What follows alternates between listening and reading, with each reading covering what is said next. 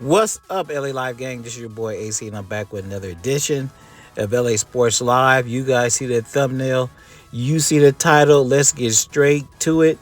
How you guys look? How you guys feeling about Rob Pelinka these days, man? You have confidence in them, or you think the Lakers should move on and find another GM or vice president of basketball operations, man? How you guys feeling about Rob? I think the dude's cool. I don't have no problem with Rob. I think some of you guys got short memories, and if you do, let me remind you real quick. 2 years ago, this guy right there in that picture, Rob Pelinka, he pulled off one of the biggest deals in the NBA history.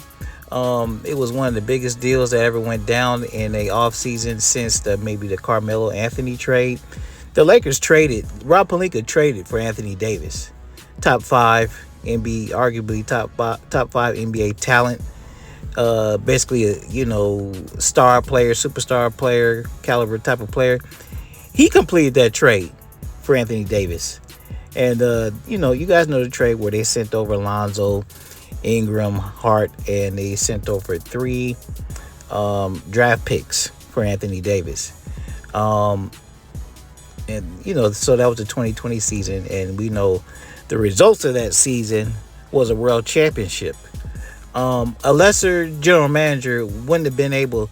I know some of you guys want to give credit to Magic, but Magic was gone at that point, and I'm just saying a lesser GM could have screwed that up.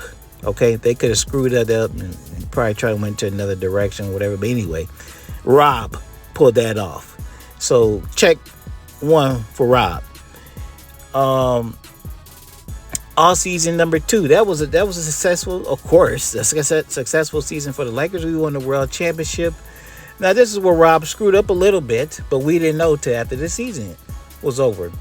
He made a lot of changes to that championship team, but once again, he pulls off some more moves that off season. Rob Pelinka traded Danny Green in the first round pick for Dennis Schroeder. Dennis Schroeder had just finished number 2 in the Sixth Man of the Year awards in the NBA.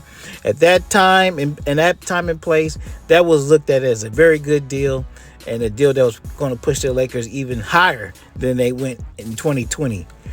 Also that offseason, Rob Pelinka was able to snatch away Monster Trash from the LA Clippers, and I can remember listening distinctly to Ticket saying that the Lakers are stacking the deck. Oh, this is a guaranteed back-to-back championship. I remember hearing that on Ticket TV.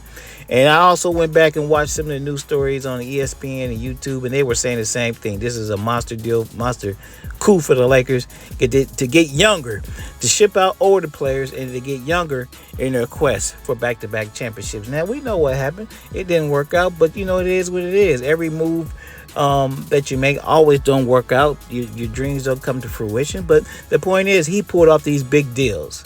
And once again, I'll say a lesser GM could have very easily screwed that up. Now, of course, we know the move Rob made. Well, Rob made several moves this past offseason. And it's weird. It's really weird. When have you ever heard a situation where a team pulls off 2 blockbuster trades in the same offseason involving the same players? And that's one that kind of let you know one thing, that there's some different stuff going on with the Lakers. But anyway, you guys remember what happened on the draft day of the last offseason.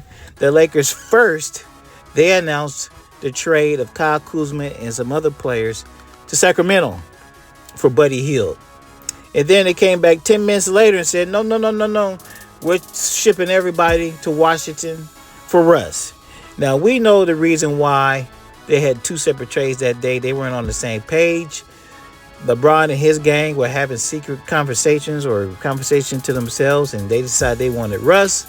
Rob was doing his job and identified players that he wanted to get, and he had pulled the trigger and made the deal for Buddy Hield. And then the next person he was going to get was probably DeMar DeRozan from San Antonio. But anyway, they didn't come to fruition, so whatever. Anyway, but I trip out when I hear people say, oh, other people in the league don't like Rob.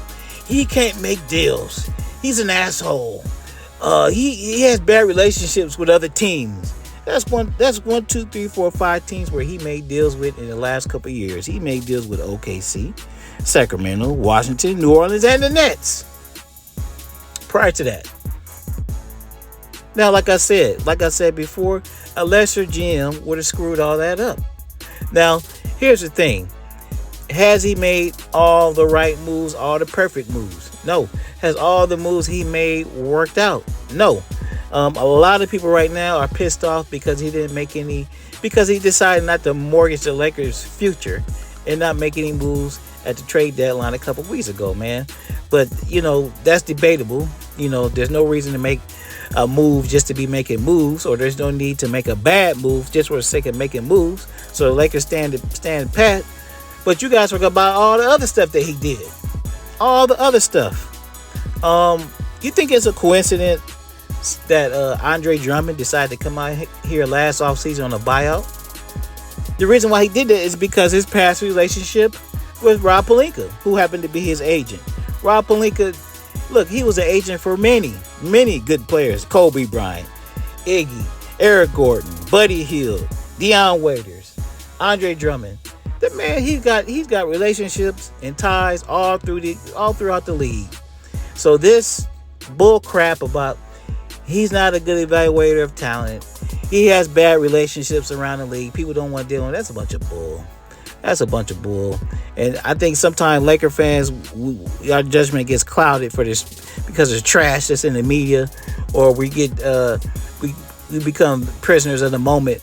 But you guys got to go back and look at Rob's track record, man. And there's not too many general managers out there in this short amount of time, regardless of help. I know you're going to say help from Clutch or help from whatever the case may be. There's not too many people who are going to have the kind of resume that Rob Pelinka has and a world championship, over the last 3 years. There's plenty of other guys who y'all holding in greater esteem and greater regard than Rob Pelinka.